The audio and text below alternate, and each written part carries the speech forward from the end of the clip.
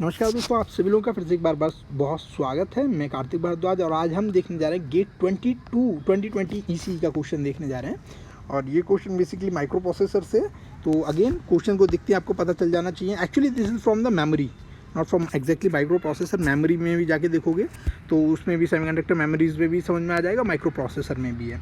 तो बेसिकली मैं इसका मतलब बताऊंगा। 8085 माइक्रो प्रोसेसर यहाँ पे थोड़ा सा इंपॉर्टेंट क्यों हो जाता है इस क्वेश्चन में।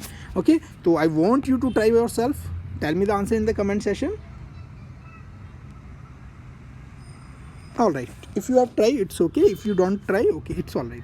तो दोस्तों यहाँ पे मैं आपको बताना चाहता हूँ, यहाँ पे दिया गया 8085 माइक्रो प्रोसेसर और आपसे पूछा गया कितनी नंबर ऑफ एड्रेस लाइन आपको चाहिए 16 किलोबाइट मेमोरी बैंक को एक्सेस करने के लिए। ध्यान देना, 16 kilobyte memory bank, 16 kilobyte memory bank.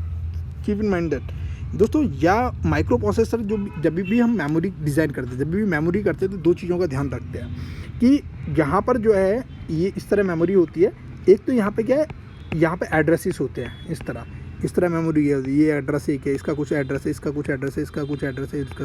और नीचे क्या होता है, यहाँ पर ना वर्ड लाइन्स होती हैं।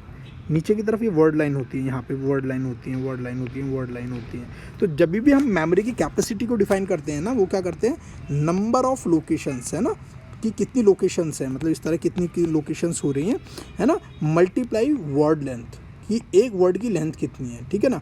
तो अभी चूंकि यहाँ पर उन्होंने पहले ही मेंशन कर दिया गया था 8085 माइक्रो प्रोसेसर, तो याद रखना 8085 माइक्रो प्रोसेसर्स में जो वर्ड लेंथ होती है वो 8 बिट की होती है। 8 बिट बोले तो यहाँ पर जो है 8 बाइट की लोकेशन होती है। तो यहाँ पर जो है 8 बिट्स को एक्सेस करता है वर्ड लेंथ्स।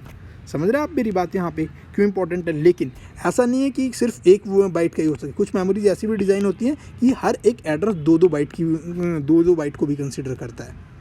समझ रहे हो आप मेरी बात, जो हर एक लोकेशन है वो दो बाइट को भी कंसीडर करता है। तो जो मेमोरी साइज होता है दोस्तों, वो नंबर ऑफ एड्रेस लोकेशंस कितनी है मल्टीप्लाई वर्ड लेंथ होता है ना। लेकिन 8085 के अंदर जो वर्ड लेंथ होती है वो 8 बाई डिफ़ॉल्ट है, पहले से मैं बता दूं, यानी 8 बिट्स है।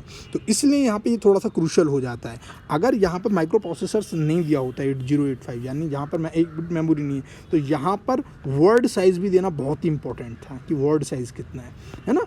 तो अगर नहीं दिया है तो you should have to consider 1 byte only. अगर दिया है तो फिर आपको कंसीडर करने का। अगर 2 बाइट दिया है तो फिर आपको ध्यान रखना पड़ेगा कि वर्ड का साइज 2 बाइट है। तो क्या होगा आपका, जो number of location into word size, word length, है ना। वर्ड लेंथ कितनी है, एक वर्ड की लेंथ कितनी है, ये मैटर करता है कि हर एक लोकेशन पे वर्ड की लेंथ कितनी है ना। तो जो टोटल साइज होता है वर्ड की, जो होता है पूरा, इसकी नंबर ऑफ लोकेशंस कितनी है मल्टीप्लाई बाई वर्ड लेंथ कितना है ना। तो यूजुअली हम इसे कैसे लिखते हैं, 2⁻⁴ इनटू, यहाँ पर जो है मान लो जो भी यहाँ पर m कर देता हूँ, तो m का मतलब क्या है, वह यहाँ पर m का मतलब होता है वर्ड साइज़ कितना है इसका। ठीक है ना।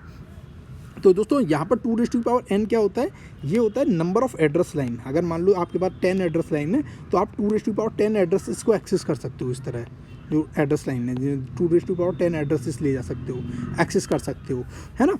और जो वर्ड है, वर्ड लाइन्स होती हैं, जैसे यहाँ इसकी केस में 8085 में वर्ड लाइन्स कितनी होती हैं, 8 बिट की होती हैं, 8 वर्ड लाइन्स होती हैं। तो ये क्या है, उस पर्टिकुलर लोकेशन से उस पर्टिकुलर मेमोरी को सेलेक्ट करने में हेल्प करती हैं। ठीक है।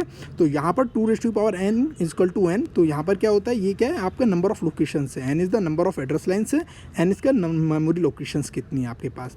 अब दोस्तों यहाँ पर जो है मैं 16K दिया हुआ है ना। याद रखना बाइट मैंने यहाँ पे कंसीडर नहीं किया है। क्यों बाइट कंसीडर नहीं किया, क्योंकि मेमोरी साइज़ है, यानी वर्ड लेंथ है यहाँ पर, है ना, 2⁻16K। तो मतलब उसके बाद क्या, 2⁻10 into that is equal to 2⁻n। तो ये कितना आ जाएगा, 2⁻14 = 2n। तो यहाँ पे कंपैरिजन करोगे तो n = 14 आ जाएगा। ठीक है ना।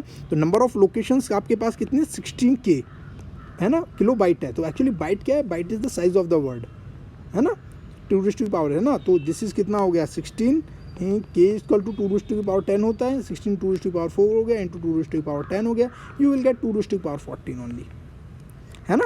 तो यहाँ पर जो है दोनों को कंपैरिजन करोगे, है ना, ये तो आपका टोटल कितना हो गया, नंबर ऑफ लोकेशंस हो गई, इसके साथ कंपैरिजन करोगे तो आपको एड्रेस लाइन 14 मिल जाएंगी, है ना। तो 2⁻14 ये आपको लोकेशन देगा कितना, 16 किलोबाइट का, किलो बिट्स लोकेशंस का आइडिया देगा।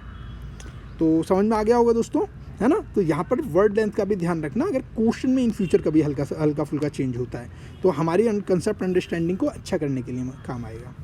ठीक है, सो थैंक यू फ्रेंड्स। अगर अच्छा लगा हो तो लाइक कीजिएगा।